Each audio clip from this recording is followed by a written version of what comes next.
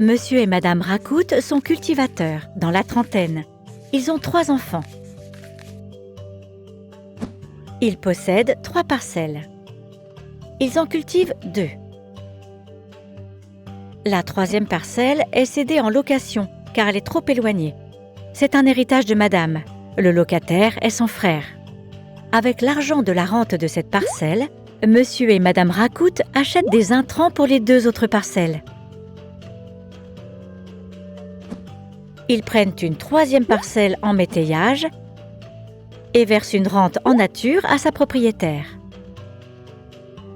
Un jour, l'oncle de monsieur leur propose d'acheter une grande parcelle bien irriguée.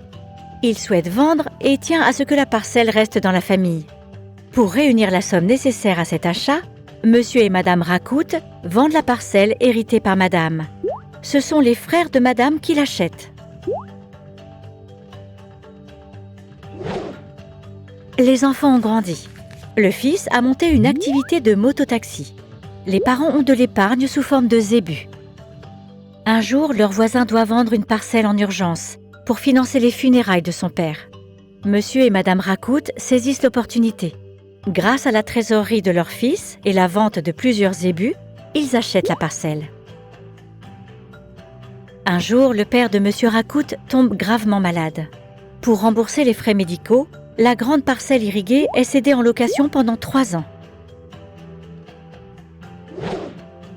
Monsieur et Madame Racout ont vieilli. Leurs enfants ont quitté le foyer. Leurs parents leur ont donné 2 parcelles. Ils ont rendu la parcelle qu'ils cultivaient en métayage. Monsieur et Madame Racout sont maintenant très âgés. Ils cultivent encore une parcelle avec l'aide de leurs enfants. Ils cèdent l'autre parcelle en métayage à un jeune couple. La rente en sac de riz contribue à leur alimentation. Tout au long de leur vie, Monsieur et Madame Racout ont participé au marché foncier en fonction des opportunités, des chocs et de l'évolution de la famille.